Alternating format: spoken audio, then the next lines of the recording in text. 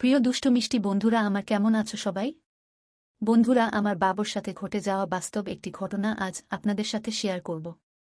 আপনারা ঘটনাটি শোনার জন্য রেডি তো? বন্ধুরা, এটা কোনো বানানো গল্প নয়। এটা শুনলে তোমাদের মাথা ঘুরে যাবে যে এটা কি করে হতে পারে।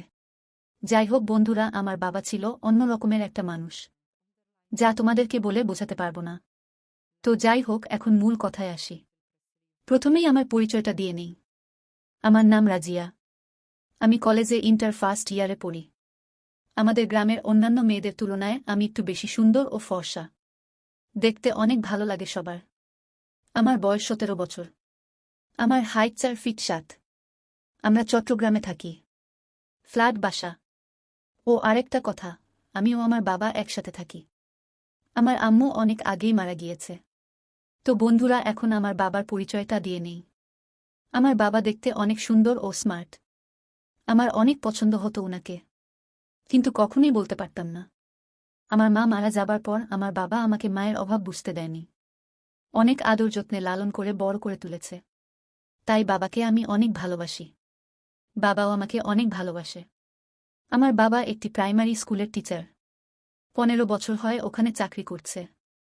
তো বন্ধুরা, চলুন মূল ঘটনায় যাওয়া যাক। একদিন আমি পাশের বাড়ির বান্ধবীর সাথে খেলতে গিয়েছি। হঠাৎ বাবা বাড়িতে চলে আসে, কিন্তু আমি টেরই পাইনি। আমাদের ঘরের ভিতরেই অ্যাটাচ বাথরুম ছিল। বাবা ওটার ভেতরে গোসল করতে গিয়েছে। বাড়িতে আসার পর বাথরুমে পানির আওয়াজে বুঝতে পারি বাবা গোসল করছে। আরেকটা কথা বন্ধুরা, আমাদের বাসায় একজন কাজের লোক ছিল, ওর নাম ছিল শর্মিলা। বাবা শর্মিলাকে বলল, এই শর্মিলা, গামছাটা নিয়ে আসো তো। আমি তো লুকিয়ে আছি বাথরুমের সামনে। শর্মিলা আন্টি গামছা নিয়ে আসতেছে। আন্টি বাবাকে গামছাটা দিবে, অমনি মুহূর্তেই আমি আন্টিকে বললাম যে, আমার কাছে গামছাটা দাও, আমি বাবাকে দিয়ে দিচ্ছি। শর্মিলা আন্টি সরল মনে আমার কাছে গামছাটি দিয়ে দিল। আমি যখন গামছাটি বাবাকে দিতে যাব, অমনি গামছাটি একটানে আমাকে সহ নিয়ে ভিতরে নিয়ে গেল। ভিতরে ঢুকে দেখি বাবা স্নান করতেছে। এরপর বাবা আমাকে পিছন থেকে দেখে বলল, জানিস মালা, তোকে না আজকে খুব সুন্দর লাগছে। তুই যে এত সুন্দর করে সাজতে জানিস, আমি তো আগে জানি না। এরপর বাবা বলল, আচ্ছা মালা, আজকে তুই কাপড় খুলবি, দেখব তোকে কেমন সুন্দর দেখা যায়। যাই হোক বন্ধুরা, এরপর বাবা স্নান শেষে রান্নাঘরে গেল এবং বলল, আমার মালা তো সব কিছুই রান্না করে রেডি করে রেখেছে। বাবা বলল, আজকে মালাকে কে খুব সুন্দর লাগতেছে। যাই হোক, ভাতও মাখতেছি, কিন্তু ভাতও খাইতে পারতেছি না। আমার মেয়েটা যে এত সুন্দর করে সাজছে, দেখতে একদম আকাশের পরীর মতো লাগছে। আমি খাচ্ছি আর মালাকেও বললাম, তুইও খা। মালা বলল, বাবা তুমি এখন খাও, আমি পরে খাব। আমার আজ খাইতে ইচ্ছা করছে না। কিছুক্ষণ পর আমি এমন অভিনয় করলাম যে মনে হয় আমার অনেক জ্বর আসছে। মালাকে বললাম, মা আমার কপালে হাত দিয়ে দেখত। মালা বলল, কেন বাবা, কি হয়েছে?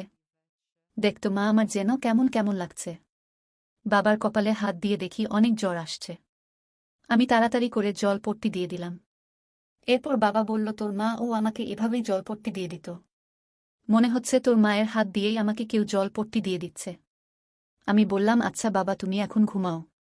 পরে হয়তো আমার বাবা আমাকে অনেক ভালোবেসে ফেলেছে। আমিও বাবাকে অনেক ভালোবেসে ফেলেছি, কিন্তু বলতে পারিনি। বাবা পরের দিন স্কুলে যাবে। আমি বললাম, বাবা তোমার তো শরীর ভালো না, তুমি বরং আজকে স্কুলে যেও না।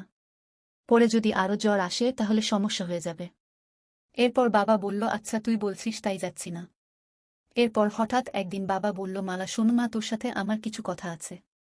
আমি বললাম, বলো বাবা। বাবা আমাকে জিজ্ঞেস করল, তোর কি কোনো ছেলে পছন্দ হয়? আমি বললাম, হ্যাঁ বাবা, আমার তো তোমাকে অনেক পছন্দ হয়। এছাড়া অন্য কোনো ছেলেকেই আমার আর ভালো লাগে না। মা মারা যাবার পর থেকে তোমার প্রতি আমার অন্যরকম ভালো লাগা কাজ করে। যাই হোক বন্ধুরা, আজকের মতো এই পর্যন্তই।